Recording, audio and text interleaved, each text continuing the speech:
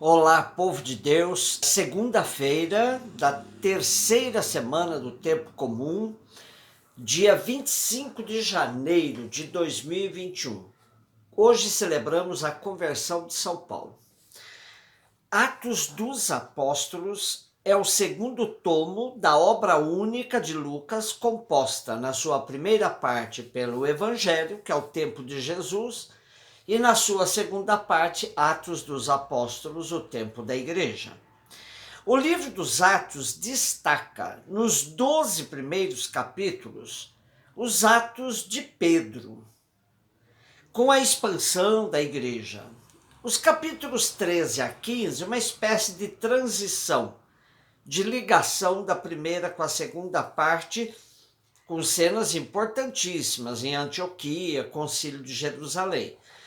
E nos capítulos 16 a 28, nós temos praticamente os atos de Paulo, com a implantação da igreja entre os gentios. Hoje temos um discurso de Paulo onde ele se defende das acusações que vem sofrendo, e o mesmo o fará por mais duas vezes, no capítulo 24 e no capítulo 26, frente ao governador Félix e o rei Agripa, respectivamente. Parte do discurso de hoje, Paulo se dedica ao relato de sua conversão, já descrita com detalhes no capítulo 9, de 1 a 19. Para entender melhor o texto de hoje, vale a pena ler o capítulo 21, sobre a prisão de Paulo e o tumulto que a multidão fazia pedindo a cabeça de Paulo. Em meio a essa confusão sobre os gritos daqueles que queriam matá-lo, Paulo fala ao tribuno que o deixe falar. Isso ele o fará nas escadarias da fortaleza Antônia. A multidão se acalma temporariamente quando ouve Paulo falar na língua deles, em hebraico, aramaico. Observemos os três momentos importantes do relato que Paulo faz da sua experiência fantástica com Jesus Cristo. Primeiro, um diálogo, três momentos. Um diálogo de reconhecimento mútuo entre Jesus ressuscitado e Saulo de Tarso. Segundo, a conversão, chamemos assim, de Saulo, revelada na pergunta: que devo fazer, Senhor? E a missão. Quem conheceu a vontade de Deus e viu o justo recebendo a palavra da sua boca, torna-se testemunha do que viu e ouviu. Doravante, para Paulo, a única forma de vida é ser missionário. Por isso que ele diz: ai de mim se não evangelizar. Marcos 16, de 15 a 18. Lendo o último capítulo do Evangelho de Marcos, capítulo 16, percebe-se claramente que os versículos de 9 a 20 são um acréscimo. E interessante dizer que esse acréscimo não é encontrado nos manuscritos antigos. Os versículos de 1 a 8 são, de fato, o relato do final do Evangelho de Marcos. E eles nos apresentam a ida das mulheres ao túmulo na manhã do primeiro dia da semana e a experiência delas ao ver a pedra do túmulo removida e um jovem vestido de branco sentado à porta do túmulo. Este as acalma, afirmando que Jesus ressuscitou, e as manda dizer aos discípulos que eles se dirijam a Galileia, onde verão o ressuscitado. Aí o versículo 8, que encerra essa perícope praticamente, diz: elas, perturbadas e cheias de medo, fugiram do túmulo e não disseram nada a ninguém, pois estavam com temor.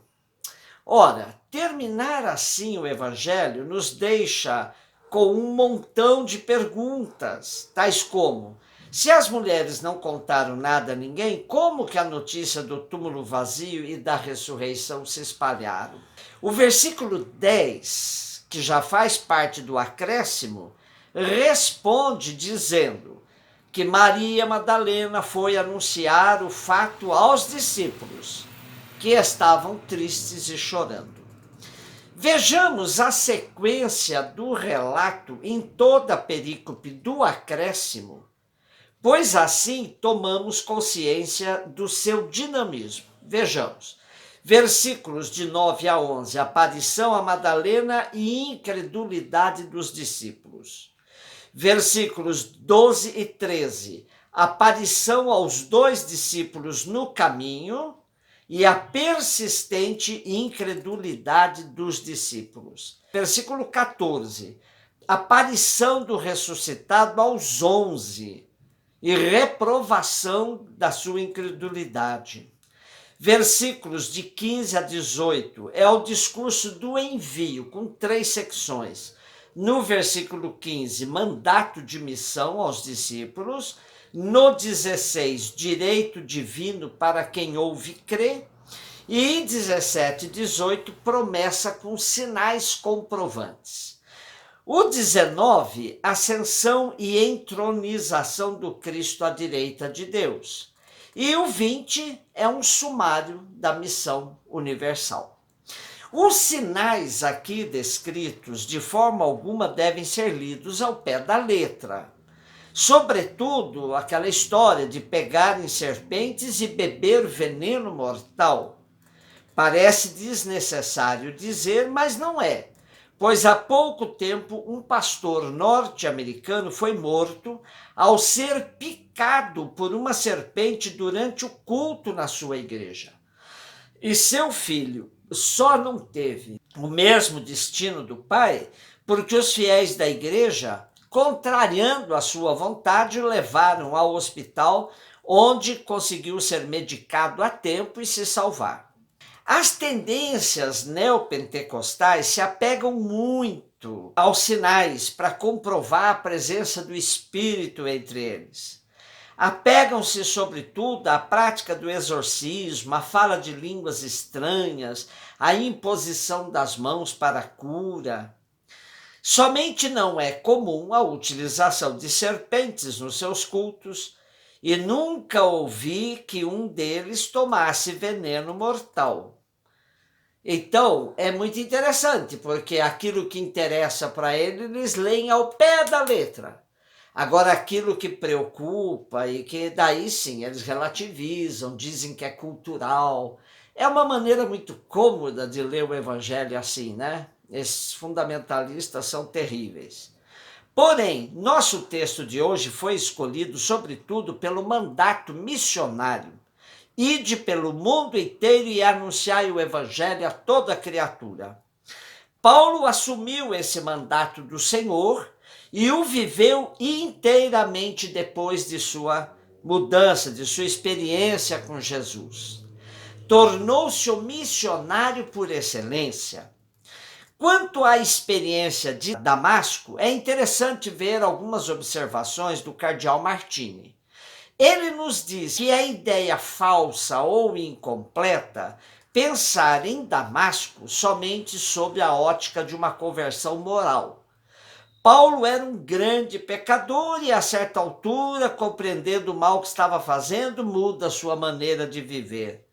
A conversão em nível de mudança ética, que denota a tenaz vontade de Paulo, assinala uma profunda transformação e um caminho interior. Outra interpretação redutiva é a de pensar em Paulo como o homem que muda de bandeira, um zeloso observador da lei que, a partir de certo ponto, pôs seu zelo, sua habilidade, sua oratória, sua incansável atividade ao serviço da nova bandeira de Cristo. Outro detalhe importante que nos alerta o cardeal Martini é quanto ao uso da palavra conversão, pois Paulo nunca usou esse termo quando relata a sua experiência em Damasco. A mudança interior que afeta a totalidade do apóstolo é muito mais que uma simples mudança de caminho. O evento de Damasco é muito mais complexo do que um simples episódio de uma conversão moral, de uma mudança de mentalidade. É algo tão rico que devemos aproximar-nos com humildade e reverência, convencidos de que compreendemos pouco, que sabemos pouco com relação a isso, mas que podemos conhecer muito mais pela graça de Deus. Então, compreenderemos melhor a nós mesmos, o caminho da nossa vida e as nossas conversões. São Paulo, rogai por nós. Um beijo no seu coração.